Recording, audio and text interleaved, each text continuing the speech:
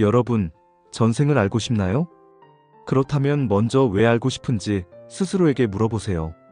그냥 막연한 호기심에 그럴 수도 있고, 전생에 무슨 업을 지었기에 지금 이처럼 가난하게 사는지 알고 싶기도 하고, 이놈의 마누라, 저놈의 남편이랑 전생에 무슨 악연이 있었는지 알아야 할 것 같고, 매사 삐딱선을 타는 자식놈 때문에 열불 터져 그렇기도 하고, 아니면 각종 사회적 파장을 일으키는 사건을 볼 때마다 관련된 인물들은 도대체 전생에 어떤 인간들이었는가 싶기도 하는 등등 여러 이유가 있겠지요. 전생을 보는 방법은 공중파 예능 프로그램에서 여러 번 방송했었고, 사이버 공간에서는 꽤나 많습니다. 한편 명리학에서는 사주팔자를 갖고서 전생을 어느 정도 알아내기도 합니다. 중국 당나라 때 생겨난 당사주에서는 태어난 띠와 태어난 음력월을 갖고서 봉황, 사자 등의 12가지 동물로 비유하여 전생과 현생을 설명합니다. 연월일시를 갖고 풀이하는 보통의 사주명리학에서도 전생을 짐작할 수 있습니다.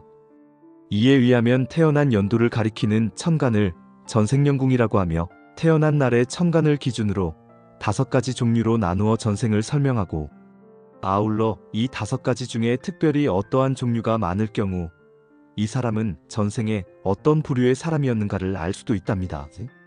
예컨대 사주에 정관과 편관이 많이 섞여 있는 여성은 전생에 남자를 무시했던 사람이고, 상관이나 식신이 많은 사람은 전생에 억압을 많이 받아서 하고 싶었던 일을 못해보고 억울하게 죽었던 사람이라고 해석합니다. 당사주에 의하든 자평명리학에 의하든 그 나름의 이론적 근거를 갖고 있지만, 제가 이 영상에서 알려드리는 것은 불교적 이론과 수행에 의하여 전생을 알아보는 방법입니다. 부처님의 법을 배우고 실천하는 불교 수행 과정에서는 내 자신이 의도적으로 전생 보기를 시도하거나 또는 무언가의 관여에 의하여 전생 영상이 나타나기도 합니다. 한편 전생을 알아보는 것을 가리켜 사람들은 전생 투시, 전생 리딩, 전생 퇴행 등의 표현을 사용하지만, 저는 그냥 전생 알기 또는 전생관상이라고 하겠습니다. 전생에 관한 정보는 불교유식학의 마음구조에서 말하는 제8 아레야식에 저장되어 있기 때문에, 불교이론에 의하면 전생관상은 아레야식에 있는 전생기록을 열람하는 것이라 할 수 있습니다. 결국 아레야식이 무엇이고 어떤 기능을 하는지 등등을 명확히 알아야 하지만 전문적으로 배우고 익혀야 할 영역이다 보니 불교 수행자가 아닌 일반인들이 유식학의 이론에 근거하여 아무런 오류 없이 올바르게 전생을 떠올리기가 매우 어렵습니다. 그럼에도 불구하고 어쩔 수 없이 유식학의 용어를 사용할 수밖에 없음을 양해 바랍니다. 보통의 일반인이라도 전생을 볼 수 있기를 바라는 마음 때문입니다. 전생 관상에 성공하려면 다음에서 말하는 항목을 지켜야 합니다. 첫째, 전생을 보려고 하는 목적과 목표를 확정해야 합니다. 목적은 어떤 행동을 하려는 이유와 그런 행동으로서 궁극적으로 도달하고자 하는 지향점을 뜻하며, 목표는 이러한 목적을 이루기 위한 구체적인 계획을 뜻합니다. 예컨대 허구한 날, 배우자와 찢지고 볶는 싸움의 원인을 이해하고 해결하겠다는 목적이 있어야 하며, 이러한 목적을 달성하기 위하여 전생에 있었던 배우자와의 구체적 업보를 알아내서 업의 영향력에 변화를 줄 수 있는 마음가짐과 행동에 관한 목표가 있어야 합니다. 목적과 목표가 분명하지 않으면 해당하는 전생 이미지가 쉽게 나타나지 않습니다. 설사 나타나더라도 한 장의 사파에 그칠 뿐, 영상처럼 화면이 이어지지 않아서 인과관계를 명확히 파악할 수 없습니다. 왜 그럴까요? 전생 기록은 종자라는 형태로서 아레야식에 들어 있습니다. 그런데 이 기록물을 보려면 그와 관련된 종자가 영상으로 바뀌어야 하는데, 이렇게 바뀐 영상을 유식학에서는 영상상분이라고 합니다. 여러분, 어떻게 해야 전생이 기록되어 있는 아레야식의 종자를 영상으로 바꿀 수 있을까요? 앞서 말했듯이 목적과 목표가 뚜렷해야 합니다. 목적과 목표를 세우고 이것을 유지해가는 마음작용은 우리가 일반적으로 말하는 의식인데, 이 의식을 유식학 용어로는 제육의식이라고 합니다. 즉, 목적과 목표를 분명하게 하는 것도 우리의 의식이 하는 작용이고, 아레야식에 있는 전생 관련 종자를 영상으로 바꾸는 것도 의식의 작용입니다.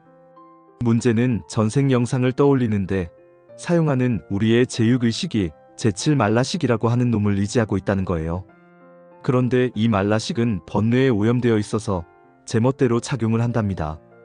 이것을 가리켜 유식학에서는 아레야식의 견분을 자아라고 착각하면서 고집한다고 합니다.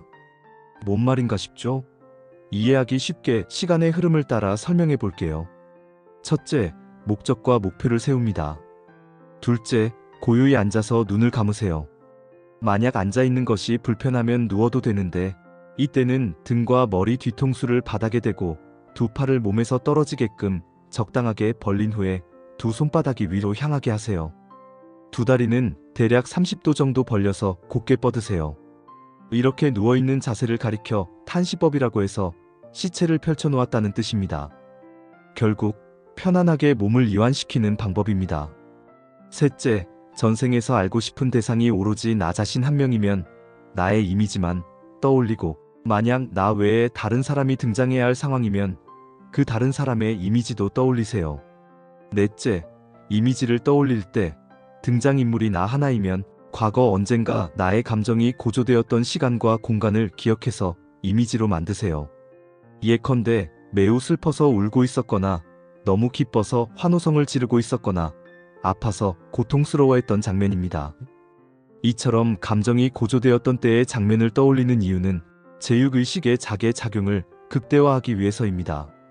쉽게 말하면 그처럼 감정이 고조된 상황에서는 마음을 일깨워서 대상으로 향하게 하는 마음의 작용을 좀 더 원활하게 할 수 있다는 뜻입니다.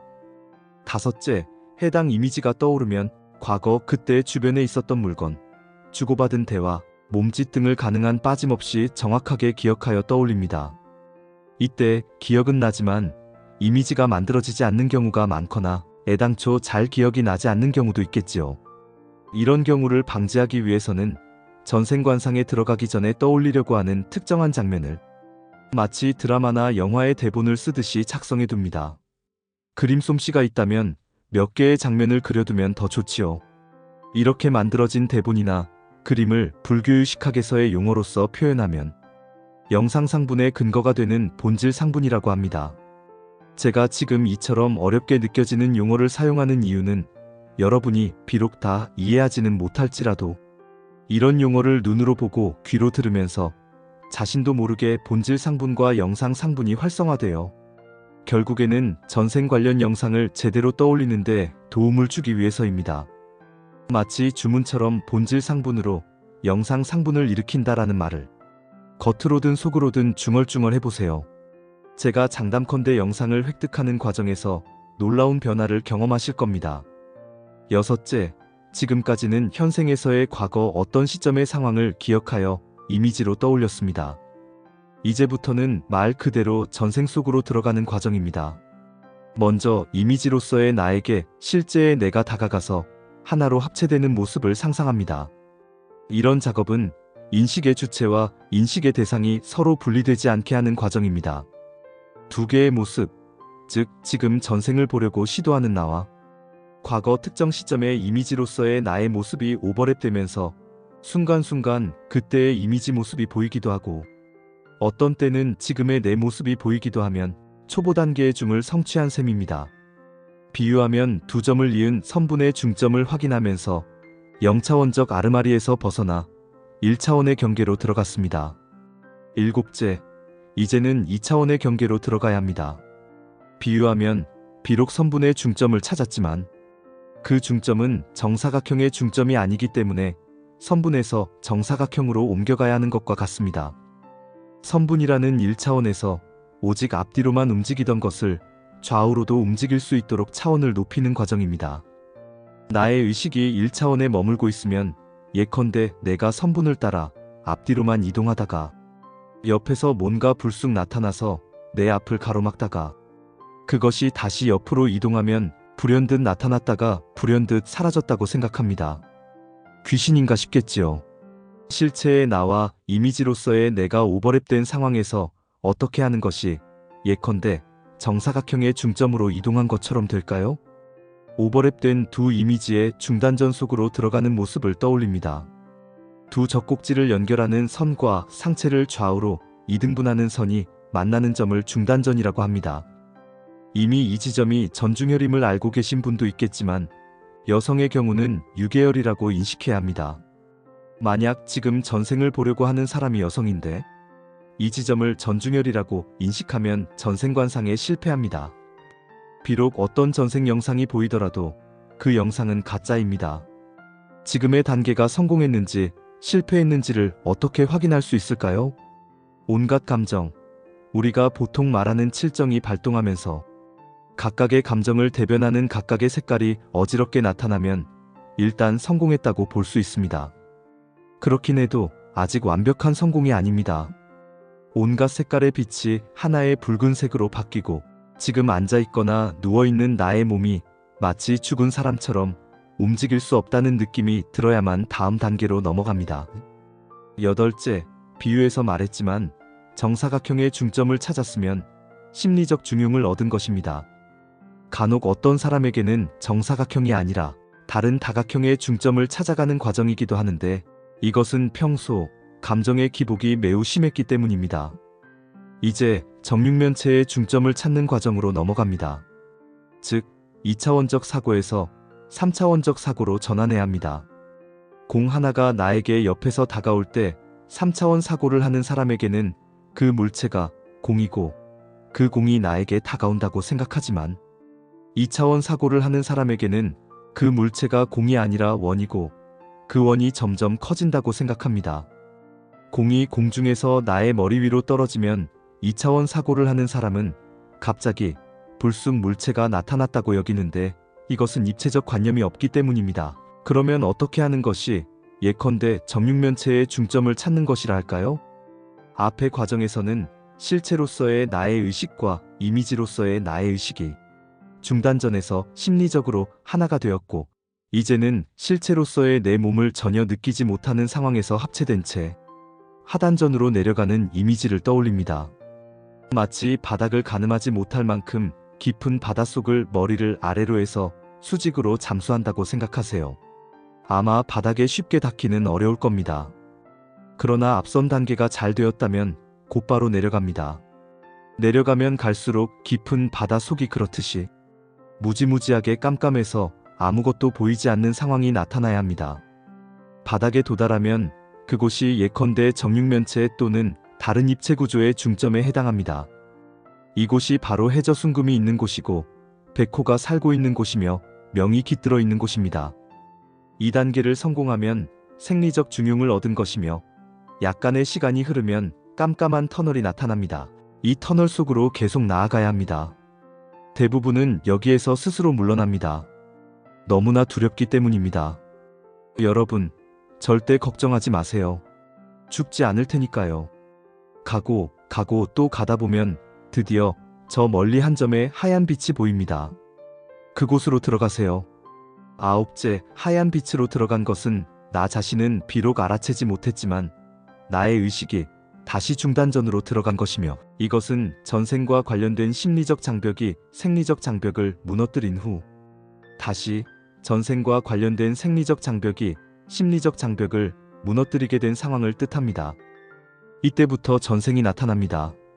전생 영상이 나타나는 모습과 과정은 사람마다 다른데 어떤 사람은 마치 양파 껍질이 하나씩 벗겨지듯 나타나며 어떤 사람은 수겹의 보자기가 하나씩 벗기며 나타나고 어떤 사람은 영화 필름 보듯이 하나씩 지나가며 나타납니다. 그 밖에도 여러 모습이 사람마다 각각 다를 것이므로 나는 왜 이렇게 보일까 하면서 의심하지 마세요. 지금까지 9단계로서 전생을 보는 방법을 알려드렸습니다.